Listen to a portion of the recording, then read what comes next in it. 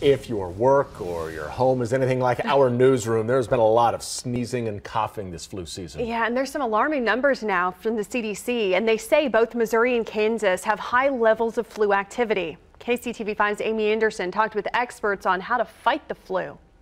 The flu is becoming more widespread each and every day, with Kansas and Missouri being two of the states hit the hardest. You can take a look at these graphics from the Centers for Disease Control and see exactly what's happening. Cases of influenza A are skyrocketing across the country. Leading the way, states like Kansas and Missouri. Dr. Lee Norman with the University of Kansas Health System says the numbers continue to rise as more and more states report widespread flu. Last week alone, more than 1,500 people in the U.S. were hospitalized with documented cases of influenza. Just because there have been so many reported cases of influenza A doesn't mean those strains were not included in the vaccine.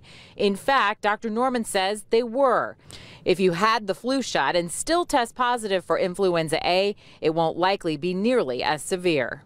People that have had the influenza vaccine, they're not the ones that are likely going to end up in the hospital because of real severe symptoms. They're not likely the ones that are going to end up with the complications. Again, I've never seen an influenza death in anybody that's been vaccinated that year. Especially hard hit with this flu epidemic are children. Multiple cases of pediatric deaths have been reported across the country, and those numbers sadly continue to rise.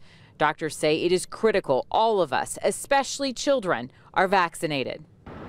And doctors say it is not too late to get your flu shot. They say you can get it as late as March, and it can still be effective. Reporting in Kansas City, Kansas, Amy Anderson, KCTV5 News.